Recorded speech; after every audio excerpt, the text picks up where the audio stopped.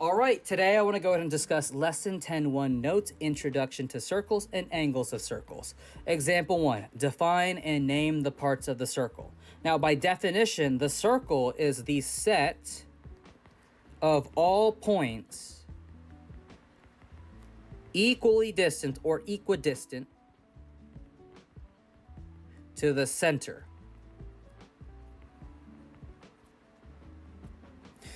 If I were to look at this picture here, the points create this curve, which is what we call the circle itself. There are an infinite amount of points, and these points are equally distant to each other, from the curve to the center, which create this idea of a circle. Now, how do you name a circle? All we have to do is look at the center point. If we zoom in, this is the center. The center point is X. So therefore, this is called circle X.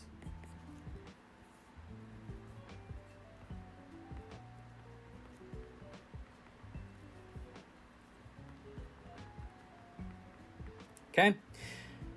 The next definition is radius. Now, a radius is a segment. And remember, a segment is basically a line with two endpoints that connects the center to the circle. So if we look, here's my center point, and notice that this point connects to this point where V is on the circle. So this is an example of what we call a radius. Okay, so segment XV is an example of a radius. What about segment XT? Yes, because it connects from the center to the circle. Segment XT. And the next is segment XU. And then we have segment XZ.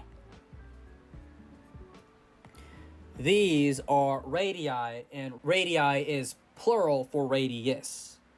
Okay? A chord is a segment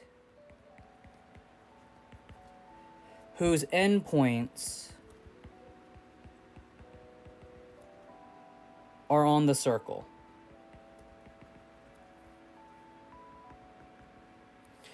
So, an example of that would be this segment RS, because those endpoints are on the circle. So segment RS is a chord. Is there another chord? What about segment ZT? Yes, because those endpoints are on the circle. So segment ZT is another chord. So these are the two chords that we have for this circle. I want to go ahead and pay attention to segment ZT. That's the diameter. Now, the diameter is a chord that goes, I should use a different color. A chord that goes through the center of the circle. So segment ZT is a chord because the endpoints are on the circle. But that same segment actually goes through the center of that circle, so we call that the diameter, segment ZT. Okay? All right, central angle is an angle whose vertex is at the center of the circle. Now, before I talk about central angles, I need to make sure that we go back to the earlier units. We talked about what an angle is. It looks like this. It consists of two rays with a common point, and that common point is the vertex. Or maybe you would have two segments that share a same point, just like this, where this point here is the vertex. Okay, now one more time. A central angle is an angle whose vertex is at the center of the circle. If I were to look at this angle here, notice that the vertex is actually at point X, right? So this is what we call a central angle, or an example of a central angle. Now, remember, to name an angle, you have to make sure that the vertex is the middle letter. So angle VXT is an example of a central angle. What about angle TXU? Yes. Just remember that the vertex must be the middle letter. We have angle UXZ. And lastly, angle ZXV.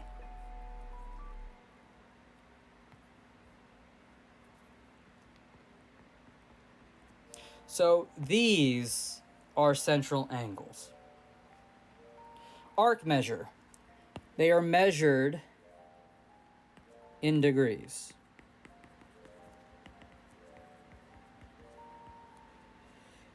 And it has the same measure as the central angles.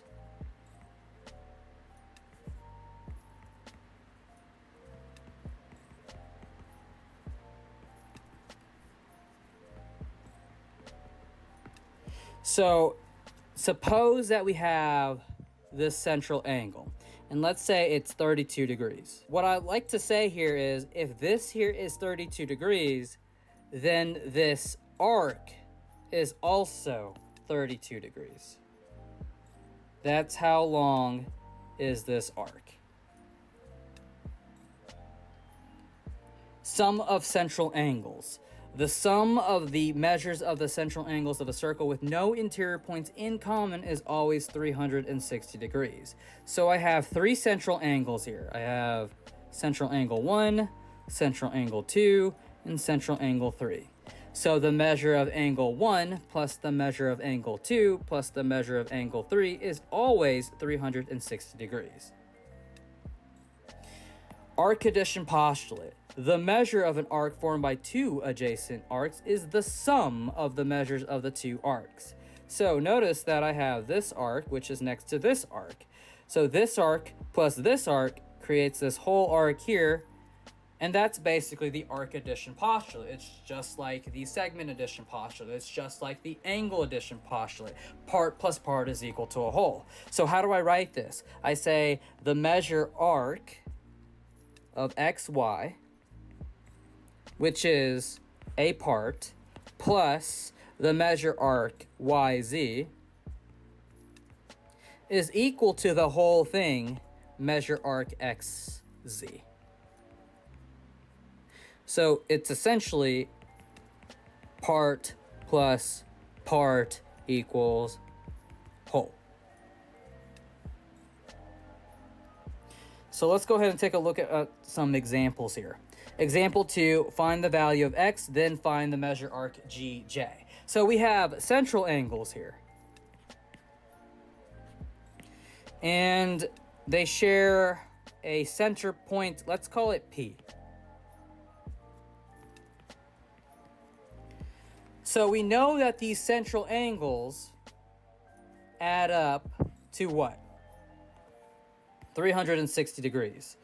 So what do? I do this plus this plus this equals 360 degrees. So x plus 90 plus 130 equals 360. Let's go ahead and combine these two numbers. That's x plus 220, which is equal to 360. And I'm going to subtract both sides by 220.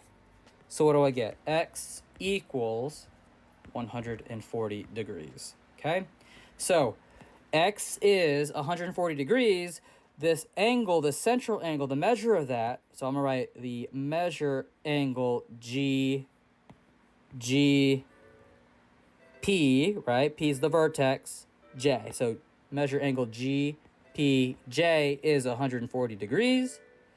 So how long is this arc? Because I got to find the measure arc GJ. Well, if this angle is 140 degrees, that means this arc is 140 degrees. So the measure of arc GJ is equal to 140 degrees. Let's look at this example. We have a point here, that's my center point, so that means that these are central angles.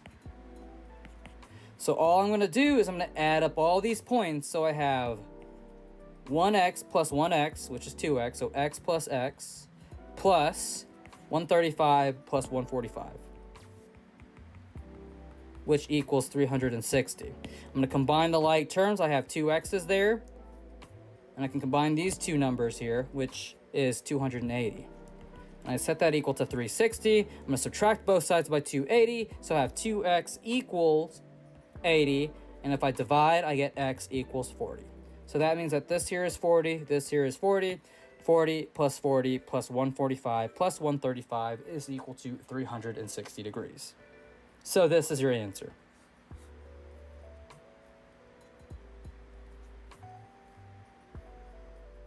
All right, what I want to go ahead and do is I want to look at this last page together.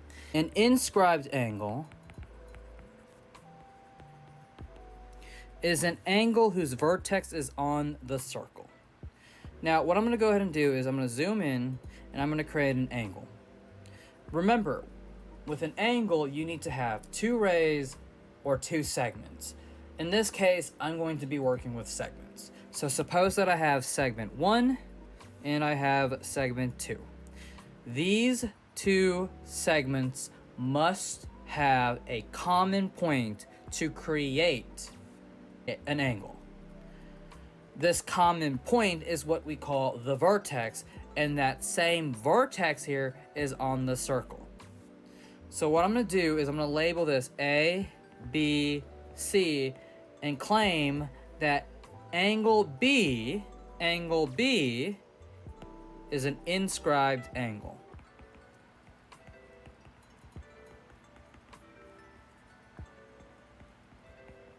And I don't want to call this angle ABC, but we're going to have A and C. Those 2 points are going to be relevant, okay?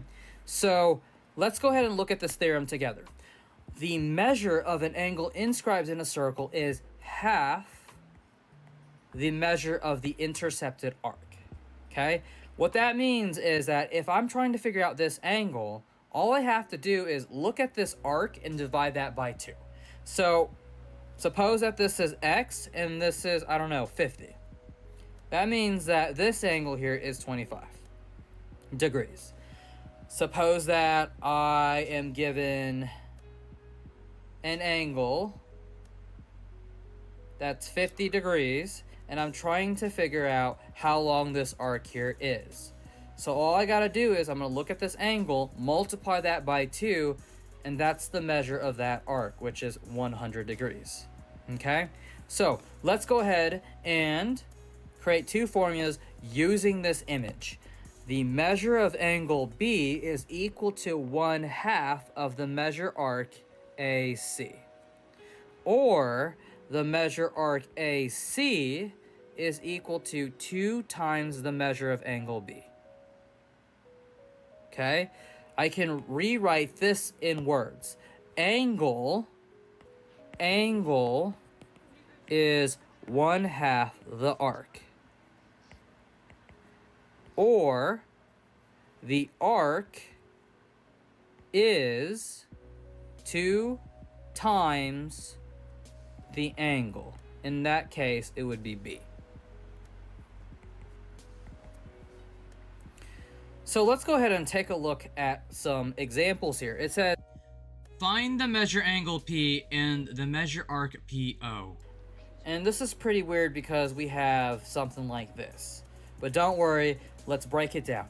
Measure angle P. Where is P? P is right here.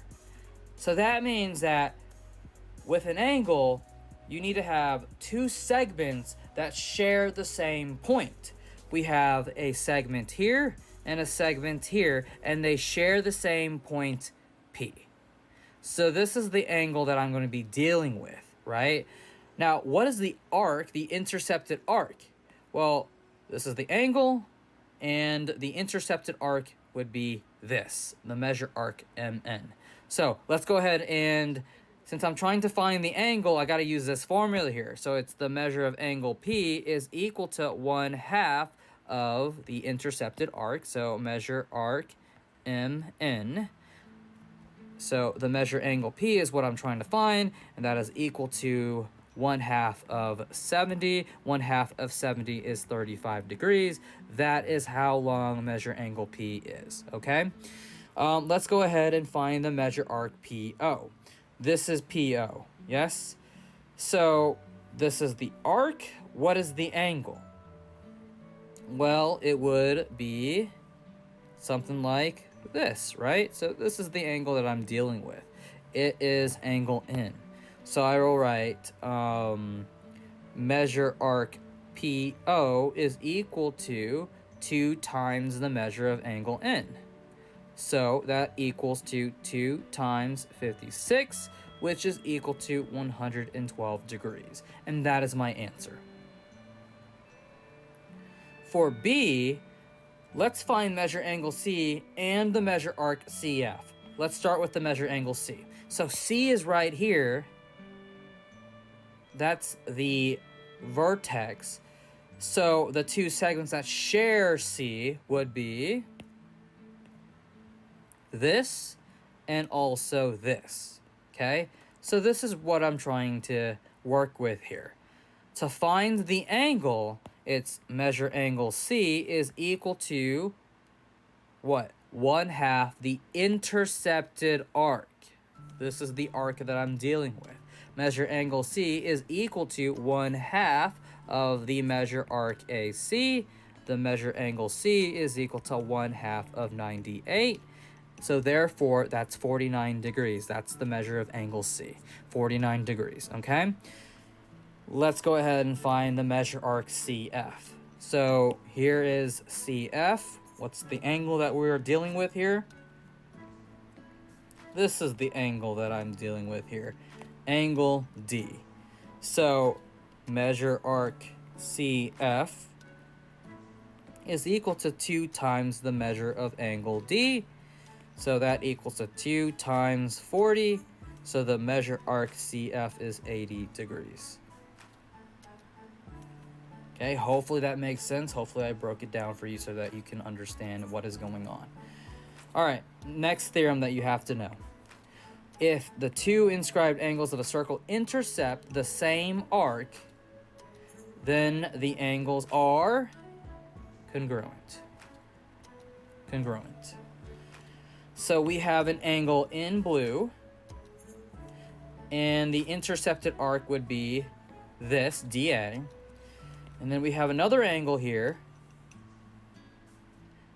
right? And it shares that same intercepted arc. If that's the case, then these two angles are congruent. These two angles are congruent, okay? That's something that you have to know. Let's look at this example. Example 4, find the measure of angle T.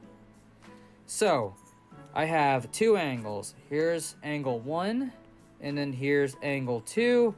Notice that if I look at this angle only, the intercepted arc would be this, okay? And if I were to look at this here only, then the intercepted arc would be the same arc that we talked about 2 seconds ago, right? If those two angles share the same intercepted arc, these angles must be congruent. Now, if those two angles are congruent to each other, then these expressions here should be equal. So I do 2x plus 15 equals 3x minus 5. Gotta subtract both sides by 2x. And I'm gonna add both sides by 5. So I have 20 equals x. So if x is equal to 20, I'm not done. I gotta find the measure of angle T, and that requires me to plug in x. So it's 3 times 20 minus 5, which is equal to 55 degrees. So if this here is 55 degrees, then this here has to be 55 degrees as well, because those two angles are congruent to each other. All right, another theorem. An inscribed triangle with one side length as the diameter is a right triangle. Okay, so you have to remember this. The measure of an angle inscribed in a circle is half the measure of the intercepted arc. Okay, so if this is the inscribed angle, right, and the measure of angle G is 1/2 of this intercepted arc. Y'all, this right here is 180 degrees. This right here is half of 360, right? If this here is 180 degrees, right, and I'm trying to figure out this angle here, well, let's go ahead and use that formula that we talked about before, like this one over here, right? The measure of angle G is equal to 1/2 of the intercepted arc. In fact, this is actually a major arc here. So instead of 2 points, we're actually dealing with 1, 2, 3 points. So 1/2 of measure arc FJH. Sorry, let me go ahead and move that. And the measure of angle G is equal to 1/2 of, how long is this again? 180. So that means that this is 90 degrees, okay? It creates a right triangle. So let's look at this example, example 5.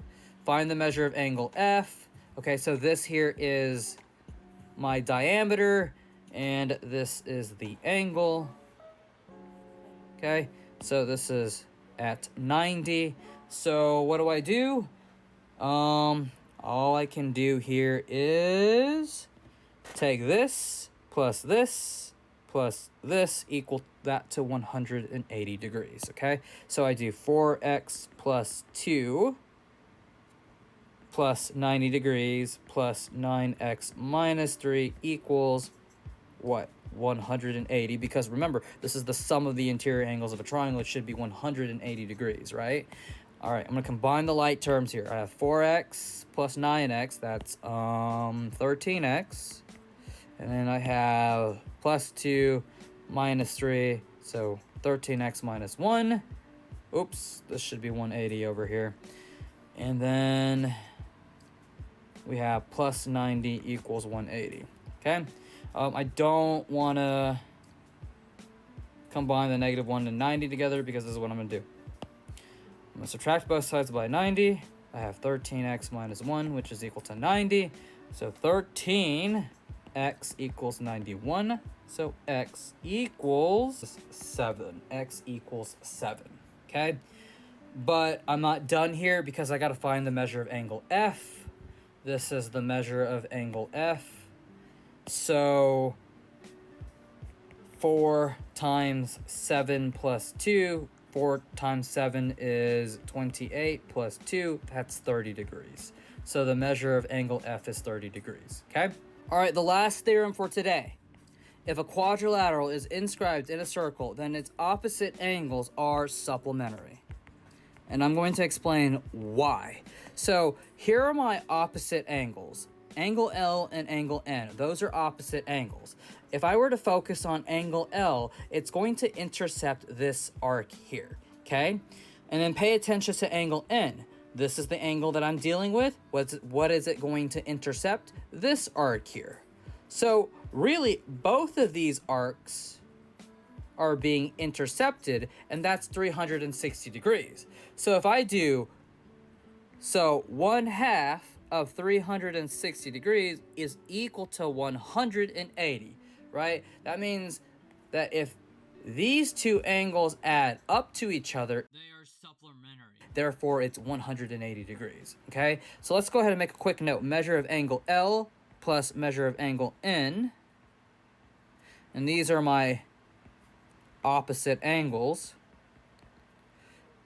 They equal 180 degrees. So this is supplementary, okay? So let's look at this example. The necklace charm shown uses a quadrilateral inscribed in a circle. Find the measure of angle A and also the measure of angle B. Okay? So what do I know? This angle and this angle, they are opposite to each other. So I can do 2x minus 30 plus x equals 180. And why am I doing this? Because this angle and this angle are opposite to each other. I set that equal to 180 degrees. So then what do? I combine the like terms. So I have 3x minus 30 equal to 180. Add both sides by 30. So 3x equals 210. So x equals 70. Okay? So x is equal to 70. And then what is the measure of angle A? Well, y'all, this is 90 degrees, and this is something over here. We don't even know what that is, but we know that these two angles are opposite to each other. So I write measure of angle A, that's my variable that I'm looking for, plus 90 equals 180 degrees. And if I subtract both sides by 90, the measure of angle A is equal to 110 degrees. Okay? So there you go. That's the last problem that I'm doing for today's notes.